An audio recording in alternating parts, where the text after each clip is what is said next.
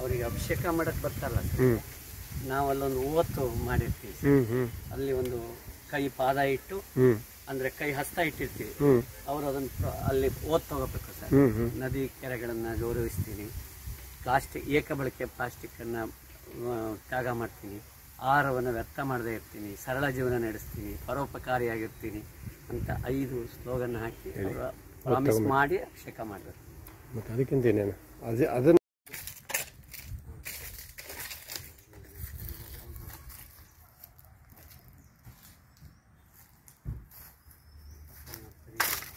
Sir ಇದು ಹುಣಸೆ ಹುಣಸೆ ತೋಪು ಎಲ್ಲ ಕಲ್ಪನೆ ಮೂಡುವಂಥ ಒಂದು ಕೆಲಸ ಇದೆ ಬಿಡಿ ಇಲ್ಲಿ.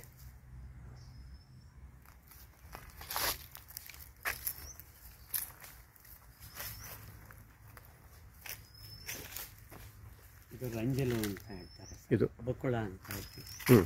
ಅದು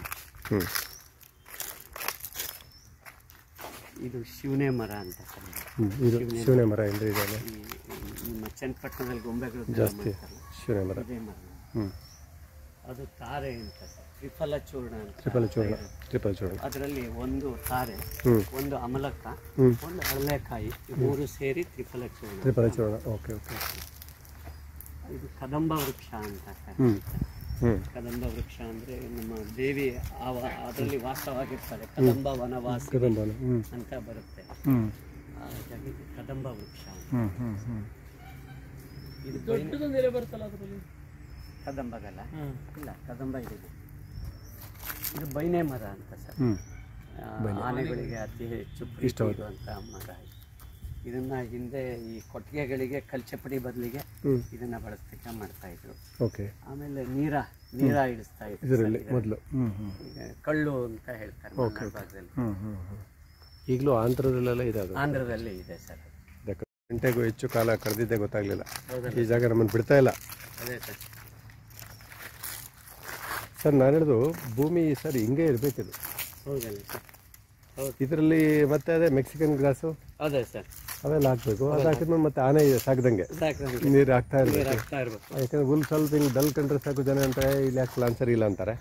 ಮತ್ತೆ 2 ಮೀಟರ್ ಕಟ್ ಮಾಡಿ ಮತ್ತೆ ಹಂಗೆ ಪ್ಯಾಚ್ ಮಾಡ್ತಾರೆ ಸರ್. ಇದು ಒಂದ್ ಕಾಲದಲ್ಲಿ ಈ ಭೂಮಿನೂ ಕಾಡಾಗಿತ್ತು ಸರ್. ಇದು ಅದು ಮೊದಲು. ಹೌದು, ಕಾಡಿನ ಸ್ವಾಭಾವಿಕ ಇದು. ಆಮೇಲೆ ಕೃಷಿ ಭೂಮಿ ಆಗುತ್ತೆ, ಆಮೇಲೆ ವಾಣಿಜ್ಯ. ಈ ತರ ನೀವು ಭೂಮಿಯನ್ನು ಕನ್ವರ್ಷನ್ ಮಾಡ್ತಾ ಬಂದ್ಬಿಟ್ರೆ ಮುಂದೊಂದು ದಿವಸ ಕಾಡು ಅನ್ನೋದೇ ಇಲ್ಲ ಆಗ್ಬಿಡುತ್ತೆ.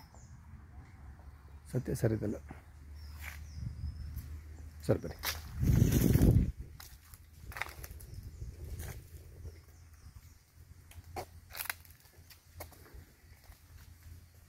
ಸರ್ ನಾನು ಭೂಮಿ ಸರ್ ಹಿಂಗಿದ್ರೇ ನಮಗೆ ಮಕ್ಕಳಿಗೆ ಯಾಕಂದ್ರೆ ಸರ್ ನಿಮ್ಮ ಪರಿಚಯ ಮಾಡ್ಕೊಳ್ಳಿ ಸರ್.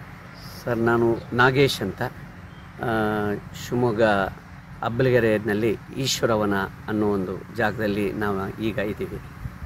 ಸುಮಾರು ಒಂದು 2 ಎಕರೆ ಪ್ರದೇಶದಲ್ಲಿ ಒಂದು 150 ಜಾತಿಯ 1000 ಗಿಡ ಮರಗಳನ್ನು ನಾವು ಇಲ್ಲಿ ನೆಟ್ಟು ಬೆಳೆಸ್ತಾ ಇದ್ದೀವಿ ಸರ್. ಸರ್ ಇದು ಒಟ್ಟು ಎಷ್ಟಿದೆ ಸರ್ ಸ್ಥಳ?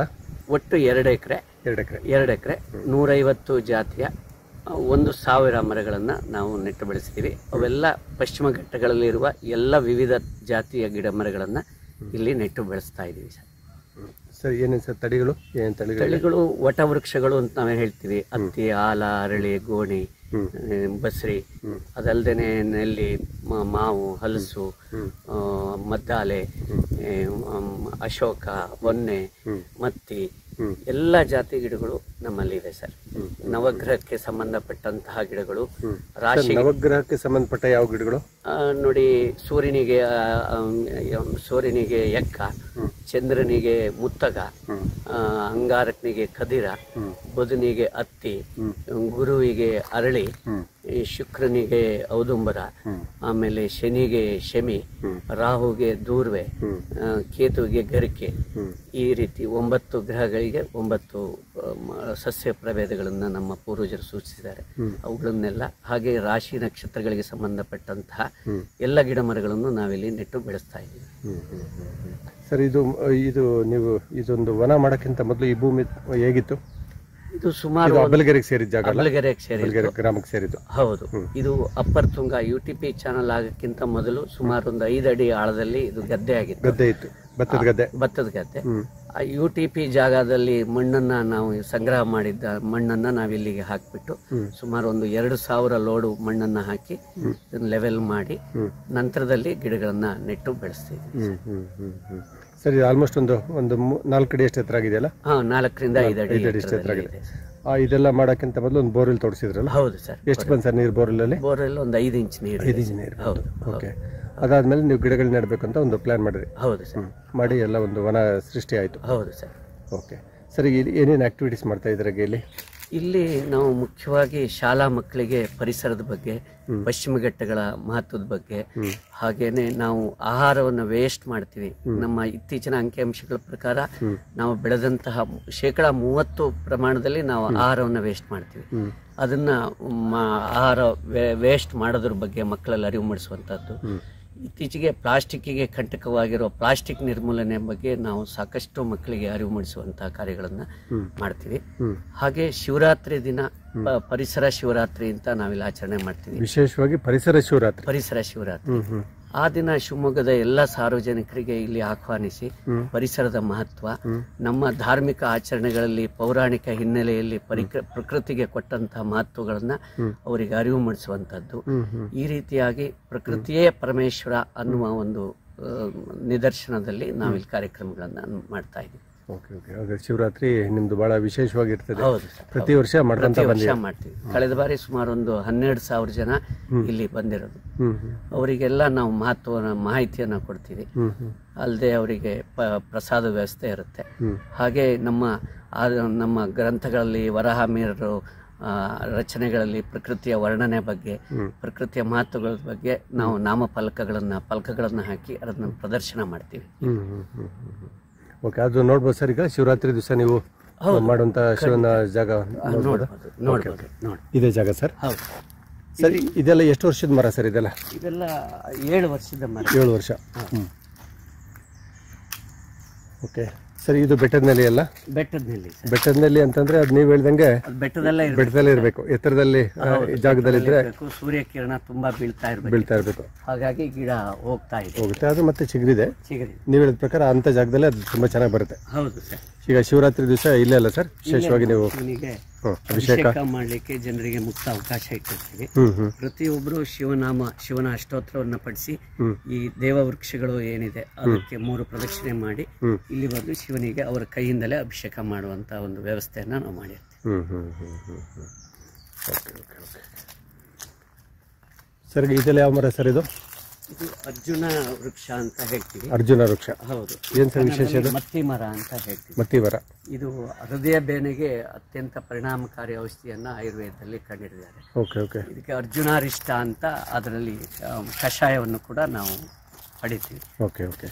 ಎಲ್ಲ ಅಶೋಕಾರಿಷ್ಟ, ಅರ್ಜುನಾರಿಷ್ಟ, ದಶಮೂಲಾರಿಷ್ಟ, ಆಮೇಲೆ ಅಮೃತಾರಿಷ್ಟ, ಈ ರೀತಿ ಎಲ್ಲ ಆಯುರ್ವೇದೀಯ ಸಸ್ಯಗಳು ಕೂಡ ಇಲ್ಲಿ ನಮ್ಮಲ್ಲಿವೆ. ಸರಿ, ಇದರಲ್ಲಿ ಮತ್ತಿಯಲ್ಲಿ 2 ತರ ಮತ್ತಿ ಬರ್ತಲ್ಲ, ಬಿಳೆಯದು ಕರಿಯೋದು ಅಂತ ಹೇಳ್ತಾರೆ. ಅಲ್ಲಿ ಕರಿಮತ್ತಿ ಅಲ್ಲಿದೆ. ಅದು ಓಕೆ. ಇಲ್ಲಿ ಪಕ್ಕದಲ್ಲಿ ಇದೆಯಲ್ಲ ಕರಿಮತ್ತಿ. ಇದು ಕರಿಮತ್ತಿ. ಇದು ಕರಿಮತ್ತಿ ಸ್ಟೆಮ್ ಇರೋದು. ಓಕೆ. ಚಕ್ಕೆ. ಓಕೆ. ಇದರಲ್ಲಿ ನೀರು ಸಂಗ್ರಹ ಆಗಿರುತ್ತೆ ಸರ್. ಇದು ಕರಿಮತ್ತಿಯಲ್ಲಿ ಇದನ್ನ ಅಂದ್ರೆ ಪ್ರಮಾಣ ದೊಡ್ಡ ಮಟ್ಟದಲ್ಲಿ ದೊಡ್ಡ ಮರ ಆದ್ರೆ ನಾವು ಕಡಿದ್ರೆ ಅದರಲ್ಲಿ ನೀರು ಒಳ್ಳೆ ಟ್ಯಾಪಲ್ ಬಂದಂಗೆ ಬರುತ್ತೆ ಕರಿಮತ್ತಿಯಲ್ಲಿ ಮಾತ್ರ. ಹೌದು. ನಾವು ಭದ್ರಾ ಅಭಯಾರಣ್ಯದಲ್ಲಿ ಇದನ್ನ ಕಾಣಬಹುದು ಸರ್. ಹೆಚ್ಚು ಮರಗಳು ಭದ್ರಾ ಅಭಯಾರಣ್ಯದಲ್ಲಿ ಇದೆ. ಭದ್ರದಲ್ಲಿ ಇದೆ, ಜಾಸ್ತಿ ಇದೆ ಕರಿಮತ್ತಿ. ಬಿಳಿ ಮತ್ತಿ ಕಮ್ಮಿ. ಓಕೆ. ಇದು 2 ಒಂದೇ ಕಾಲದಲ್ಲಿ ಹಾಕಿರೋದಲ್ಲ? ಒಂದೇ ಕಾಲದಲ್ಲಿ ಹಾಕಿ. Okay okay. ಸರಿ, ಇದೆಲ್ಲ ಬಿಳೆ ಮತ್ತಿ? ಎಲ್ಲ ಬಿಳೆ ಮತ್ತಿ ಸರ್. ಸರ್, ಬಿಳೆ ಮತ್ತಿ ಮರ ಏನಾದರೂ ಅವರು ಮನೆಗೆ ಏನಾದ್ರು ಬಳಸಬೇಕು ಅನ್ನೋದು ಎಷ್ಟು ವರ್ಷಕ್ಕೆ ಬರುತ್ತದು? ಕನಿಷ್ಠ 25ರಿಂದ 30 ವರ್ಷ ಬೇಕು. 30 ವರ್ಷ ಬೇಕಲ್ಲ ಮಾಡಲಿಕ್ಕೆ? 30 ವರ್ಷ ಬೇಕು. ಈಗ ನಿಮ್ದಲ್ಲಿ ಸಾಧಾರಣ ಒಂದು 25-30 ಅಡಿ ಎತ್ತರಕ್ಕೆ ಹೋಗಿದೆಯಲ್ಲ ಮರಗಳೆಲ್ಲ? 30-40 ಅಡಿವರೆಗೂ ಬೆಳೆದಿದೆ. ಸರಿ, ನೀವು ಅಂತರ ಏನಾದರೂ ಇಟ್ಕೊಂಡಿದ್ರೆ ಇಷ್ಟೇ ಅಂತರಕ್ಕೆ ಗಿಡ ಹಾಕ್ಬೇಕಲ್ಲ? ಅಂತರ ಏನಾದ್ರು ಗಿಡದಿಂದ ಗಿಡಕ್ಕೆ?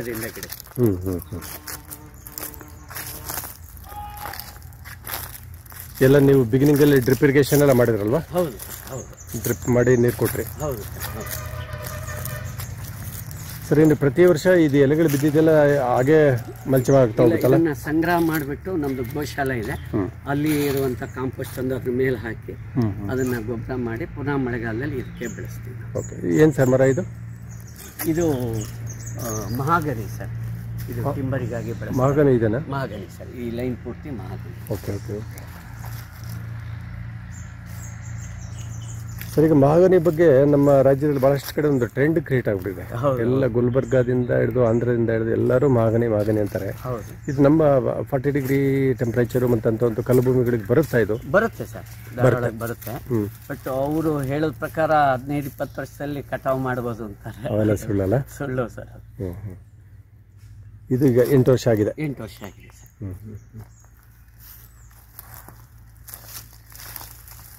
ನಿಮ್ಮ ಭೂಮಿಯಲ್ಲಿ ಓಡಾಡ್ತಿದ್ರೆ ಅಷ್ಟು ಎರೆಹುಳುಗಳು, ಒಳ್ಳೆ ಮಲ್ಚಿಂಗ್ ಎಲ್ಲ ಚೆನ್ನಾಗಿದೆ ಸರ್. ಇದು ಎಲೆಗಳೆಲ್ಲ ಬಿದ್ದಿದ್ದೆಲ್ಲ ಇಲ್ಲ ಕೊಳ್ತಾ ಹೋಗುತ್ತಲ್ಲ? ಹೌದು ಸರ್. ನೀವು ಮಣ್ಣಿನ ಪರೀಕ್ಷೆ ಮಾಡಿದ್ದೀರಾ? ಇಲ್ಲ, ಮಾಡಿಸಿಲ್ಲ ಸರ್. ನಿಮ್ಮಲ್ಲಿ ಎಂಥದೇ ಮಧ್ಯಾಹ್ನದ ಬಿಸಿಲಲ್ಲಿ ಬಂದರೂ ಬಿಸಿಲೇ ಬೀಳಲ್ವಲ್ಲ ಜಮೀನಲ್ಲಿ? ಹೊರಗಡೆಗೂ ಇಲ್ಲಿಗೂ ಕನಿಷ್ಠ 3-4 ಡಿಗ್ರಿ ಟೆಂಪ್ರೇಚರ್ ಕಡಿಮೆ ಇರುತ್ತೆ ಸರ್. Okay sir. ನೀವು ನಾಗೇಶ್ ಸರ್, ಇದರ ಜೊತೆಗೆ ನೀವು ಕೆಲವೊಂದು ಕೃಷಿ ಬಗ್ಗೆ ಸಾಕಷ್ಟು ತಿರುಗಾಡ್ತಾ ಇರ್ತೀರಾ? ಹೌದು ಸರ್. ನೀವು ಹೇಳ್ತಾ ಇದ್ರಿ ಈಗಾಗಲೇ ತುಂಗಾ ನೀರು ಅಂದರೆ ಗಂಗಾ ಸ್ನಾನ ತುಂಗಾಪಾನ ಅಂತ ಹೇಳ್ತಾ ಇದ್ವಿ. ಅಂತ ತುಂಗಾ ನದಿನೂ ನಿಮ್ಮ ಪ್ರಕಾರ ಕಲುಷಿತ ಆಗಿದೆ? ಹೌದು. ಏನು ಕಾರಣ? ನನಗೆ ತಿಳಿದ ಮಾಹಿತಿ ಪ್ರಕಾರ ನಾವು ಅತಿಯಾಗಿ ಅಡಿಕೆ ಬೆಳೀತಾ ಇದ್ದೀವಿ ನಾವು ಮಲೆನಾಡು ಭಾಗದಲ್ಲಿ. ಅದಕ್ಕೆ ನಾವು ಕೀಟನಾಶಕ ಕಳೆನಾಶಕಗಳನ್ನ ಹೇರಳವಾಗಿ ನಾವು ಬಳಕೆ ಮಾಡ್ತಾ ಇದ್ದೀವಿ. ಇದು ಒಂದು ಕಾರಣ ಅಂತ ಇತ್ತೀಚೆಗೆ ನಾವು ತುಂಗಾ ಗಾಜನೂರು ಡ್ಯಾಮನ್ನ ಲ್ಯಾಬಿಗೆ ಕಳಿಸಿದಾಗ ನಮಗೆ ರಿಪೋರ್ಟ್ ಬಂದಿದೆ. ಡ್ಯಾಮಲ್ಲಿ ಕುಡಿಯುವಂಥ ನೀರಿಗೆ ರಿಪೋರ್ಟ್ ಬಂದಿದೆ. ನಮ್ಮ ಯೋಚನೆ ಶಿವಮೊಗ್ಗದ ನೀರಿಗೆ ಈ ಪರಿಸ್ಥಿತಿ ಆದರೆ, ಶಿವಮೊಗ್ಗ ಟಚ್ ಆಗಕ್ಕಿಂತ ಮೊದಲೇ ಕಾಡಲ್ಲಿರುವಂತ ನೀರಿಗೆ ಈ ಪರಿಸ್ಥಿತಿ ಆದರೆ ಹೊಸಪೇಟೆ, ರಾಯಚೂರು, ಆಂಧ್ರಕ್ಕೆ ಹೋಗುತ್ತಲ್ಲ, ಅಲ್ಲಿಯ ನೀರಿನ ಪ್ರಮಾಣ ಯಾವ ತರ ಇರುತ್ತೆ ಅನ್ನೋದು ನಮಗೆ ತುಂಬಾ ಕಳವಳಕಾರಿಯಾದ ಅಂಶ ಆಗಿದೆ. ಇದನ್ನ ಜನರು ಪ್ರತಿಯೊಬ್ಬರು ಇದ್ರ ಬಗ್ಗೆ ಎಚ್ಚೆತ್ಕೋಬೇಕು. ಮಲೆನಾಡಿನ ಕೃಷಿ ಭೂಮಿ ಅಂದ್ರೆ ಅಡಿಕೆನೇ ಬೆಳಿಬೇಕು ಅನ್ನೋ ಒಂದು ಸಿದ್ಧಾಂತಕ್ಕೆ ನಾವು ಬಂದಿದ್ದೀವಿ. ಆಗಿದೆ. ಅಡಿಕೆ ತಂದ ಆಪತ್ತು ಅಂತ ನಾನೊಂದು ಆರ್ಟಿಕಲ್ ಮಾಡ್ತಾ ಇದ್ದೀನಿ. ಯಾವ ರೀತಿ ನಮ್ಮ ನದಿ ಹರಿವನ್ನೇ ಆಪೋಷಣ ತಗೊಂಡಿದೆ ಅಡಿಕೆ ಬೆಳೆ. ನಮ್ಮ ಚಿಪ್ಪಳಗುಡ್ಡೆ ಅನ್ನೋ ಒಂದು ಊರಲ್ಲಿ, ಚಿಪ್ಪಳಗುಡ್ಡೆಯಲ್ಲಿ ಬರುತ್ತೆ, ಅದು ತೀರ್ಥಹಳ್ಳಿ ಸಮೀಪದಲ್ಲಿ, ಅಲ್ಲಿ ಮಂಡಗದ್ದೆಯಿಂದ ಸ್ವಲ್ಪ ಮುಂದೆ ಪ್ರತಿ ವರ್ಷ ಅಲ್ಲಿ ಮುಡುಬ ಮತ್ತೆ ಚಿಪ್ಪಳಗುಡ್ಡೆನಲ್ಲಿ ತುಂಗಾ ನದಿ ಹರಿಯೋದನ್ನೇ ನಿಲ್ಲುತ್ತೆ. ಅಲ್ಲಿ ಹೇರಳವಾಗಿ ಮೀನುಗಳಿಗೆ ಟ್ರಾಕ್ಟರ್ ಮುಖಾಂತರ ನೀರನ್ನು ತಗೊಂಡೋಗಿ ಮೀನುಗಳನ್ನ ರಕ್ಷಣೆ ಮಾಡ್ತಾ ಇದ್ದಾರೆ. ಅಂತಹ ಪರಿಸ್ಥಿತಿ ನಮ್ಮ ಮಲೆನಾಡಲ್ಲಿ ಬಂದಿದೆ. ಪ್ರತಿ ವರ್ಷ ಇದು ಕಾಮನ್ ಆಗಿದೆ ಇತ್ತೀಚಿನ ಒಂದು 3-4 ವರ್ಷದಿಂದ. ಒಳಗೆ ನೀರು ಹಾಕಿ ಮೀನುಗಳನ್ನ ನೀರು ತಂದು ಟ್ಯಾಂಕರ್ ತುಂಬಿಸುವಂತ ಪರಿಸ್ಥಿತಿ ಬಂದೊದಗಿದೆ. ಇದಕ್ಕೆಲ್ಲ ಮೂಲ ಕಾರಣ. ಮತ್ತೆ ಇನ್ನು ಕೃಷಿ ಭೂಮಿಯಲ್ಲಿ ಅಡಿಕೆ ಪ್ರದೇಶ ವಿಸ್ತಾರ ಖಾಲಿ ಜಾಗಕ್ಕೆಲ್ಲ ಈಗ ಅಡಿಕೆ ಕುರ್ಸಿದೀವಿ. ಹೌದು. ಮತ್ತೆ ಇನ್ನಷ್ಟು ಸಂಖ್ಯೆಯ ಬಾವಿಗಳು, ಬೋರ್ವೆಲ್ಗಳು, ನದಿಗೆ ಮೋಟರ್ಗಳು ಹಾಕಂತ ನಾವು ತೆಗಿಸ್ಬೇಕಾದ್ರೆ ಇಲ್ಲಿ 300 ಅಡಿಗೆ ಬೋರ್ವೆಲ್ ನೀರು ಸಿಕ್ಕಿತ್ತು. ನಮ್ಮ ಅಕ್ಕಪಕ್ಕದಲ್ಲಿ 700-800 ಅಡಿ ಬೋರ್ ಕೊರೆದ್ರು ಕನಿಷ್ಠ 1 ಇಂಚು 1.5 ಇಂಚು ನೀರು ಬರ್ತಾ ಇದೆ. ಇದಕ್ಕೆಲ್ಲ ಕಾರಣ ಏನು ಅಂತಂದ್ರೆ ಅಡಿಕೆ ಬೆಳೆ ಅವ್ಯಾಹತವಾಗಿ ಹೌದು, ಯಾವುದು ತಿನ್ನುವ ಅನ್ನದ ಬೆಳೆ, ಆಹಾರದ ಬೆಳೆ ಕೊಡುವಂಥದ್ದು ಯಾವುದು ಅಲ್ಲ. ನಮ್ಮೆಲ್ಲ ನೀರಾವರಿ ಯೋಜನೆಗಳನ್ನು ಮಾಡಿರೋದು ಆಹಾರ ಬೆಳೆಗಳನ್ನ ಬೆಳೀಲಿಕ್ಕೆ, ಕಬ್ಬು, ಭತ್ತ ಬೆಳಿಲಿಕ್ಕೆ. ಆದರೆ ಈಗ ಬಳಕೆ ಆಗ್ತಾ ಇರೋದು ಪೂರ್ತಿ ಅಡಿಕೆಗೆ ಬಳಕೆ ಆಗ್ತಾ ಇದೆ. ಇದು ಅತ್ಯಂತ ವಾಣಿಜ್ಯ ಬೆಳೆಗಳಿಗೆ ನಾವು ಮನುಷ್ಯಗೆ ದುಡ್ಡೊಂದು ಬಂದ್ರೆ ಏನ್ ಬೇಕಾದ್ರೂ ಲೆಕ್ಕದಲ್ಲಿ ನಾವು ಹೋಗ್ತಾ ಇದೀವಿ. ಹೌದು ಸರ್, ಹೌದು. ಮುಂದಿನ ದಿನಮಾನಗಳು ಸರ್ ಇದೊಂದು ಡೇಂಜರಸ್ ಸೈನ್ ಅದು. ಹೌದು ಸರ್, ಹೌದು. ಸರ್, ಈಗ ನೀವು ಇದು ಒಟ್ಟು ಎಷ್ಟು 1 ಎಕರೆ ಬರುತ್ತೆ? 1 ಎಕರೆ ಇದೆ. ಪಕ್ಕದಲ್ಲಿ 1-2 ಎಷ್ಟು ಗಿಡಗಳಿದೆ ಇದು ಒಟ್ಟು? ಇಲ್ಲಿ 400 ಗಿಡ ಇದೆ. 400 ಗಿಡ ಇದೆ. ಸಾಕಷ್ಟು ಮಾಹಿತಿನೇ ಹಂಚ್ಕೊಂಡ್ರಿ ನಾಗೇಶ್ ಸರ್, ನಿಮಗೆ ಧನ್ಯವಾದಗಳು. ನಿಮ್ಮನ್ನು ಭಾಳಷ್ಟು ಜನ ಶಾಲಾ ಮಕ್ಕಳಾಗ್ಬೋದು, ಪರಿಸರ ಪ್ರೇಮಿಗಳಾಗ್ಬೋದು ನಿಮ್ಮನ್ನು ಸಂಪರ್ಕ ಮಾಡಬೇಕಂತಂದ್ರೆ ನಿಮ್ಮ ವಿಳಾಸ ಹಂಚ್ಕೊಳಕ್ಕಾಗುತ್ತಾ? ದಯವಿಟ್ಟು 9844282504 ನವೇಶ್ರೀ ಈಶ್ವರವನ ಚಾರಿಟಬಲ್ ಟ್ರಸ್ಟ್, ಅಬ್ಬಲಗೆರೆ, ಶಿವಮೊಗ್ಗ. ನಿಮಗೆ ಫೋನ್ ಸಂಪರ್ಕಕ್ಕೆ ಸಮಯ ಏನಾದರೂ ಹೇಳ್ತೀರಾ? ಏನಿಲ್ಲ, ಯಾವ ಟೈಮ್ ಬೇಕಾದ್ರೂ ಮಾಡ್ಬೋದಾ? ಪ್ರತಿ ಬಗ್ಗೆ ನೀವು ಯಾವಾಗ ಕೇಳಿದ್ರು ನಾವು ಸಿದ್ಧವಾಗಿರ್ತೀವಿ ಸರ್. ಆಗಲಿ, ಧನ್ಯವಾದಗಳು ಸರ್. ನಾಗೇಶ್ ಸರ್, ನಿಮಗೆ ಮತ್ತೊಮ್ಮೆ ಅಭಿನಂದನೆಗಳು. Thank you sir. ಶ್ರೀಧರ್ ಪರೋಪಕಾರ, ಶಿವಮೊಗ್ಗದ ಅಲ್ಲಿ ನಾವೆಲ್ಲರೂ ನಮ್ಮ ಅಕ್ಕಪಕ್ಕ ಸುಂದರವಾದ ಒಂದು ವಾತಾವರಣ ಸೃಷ್ಟಿ ಮಾಡ್ಕೊಳ್ಲಿಕ್ಕಾಗಿ ಬೇಕಾಗತಕ್ಕಂಥದ್ದು ಒಂದು ಎಲ್ಲ ಪರಿಸರವನ್ನು ನಾವು ಅದಕ್ಕಾಗಿ ಪ್ರಯತ್ನಪಟ್ಟು ನಾವೆಲ್ಲರೂ ಸೇರಿ ಒಂದು ಕಡೆ ಸೇರ್ತೀವಿ. ಅಂಥ ಸಂದರ್ಭದಲ್ಲಿ ನಾವೆಲ್ಲರೂ ನಮ್ಮಲ್ಲಿರ್ತಕ್ಕಂಥವರೆಲ್ಲ ವಿಶೇಷವಾದಂಥ ಇಂಥ ವ್ಯಕ್ತಿಗಳು ಈ ಸುಂದರವಾದ ಸಮಾಜವನ್ನು ಕಟ್ಟಲಿಕ್ಕಾಗಿ ಈ ಕೆಲಸವನ್ನು ಮಾಡ್ತೀವಿ. ಭಾಳ ಸಂತೋಷ ಸರ್. ನೀವೆಲ್ಲ ಸಮಾನ ಮನಸ್ಕರು ಸೇರಿ ಶಿವಮೊಗ್ಗದ ಎಷ್ಟೊಂದು ಜಾಗಗಳನ್ನ ಉಳಿಸಿ ಅಲ್ಲೆಲ್ಲ ಮರ ಗಿಡಗಳನ್ನ ಬೆಳೆಸ್ತಕ್ಕಂಥದ್ದು ಒಂದು ಒಳ್ಳೆ ಚಿಂತನೆ ಇದೆಯಲ್ಲ, ನಿಮಗೆ ಮತ್ತೊಮ್ಮೆ ಅಭಿನಂದನೆಗಳು. ನಮಸ್ಕಾರ. ಧನ್ಯವಾದಗಳು ಸರ್.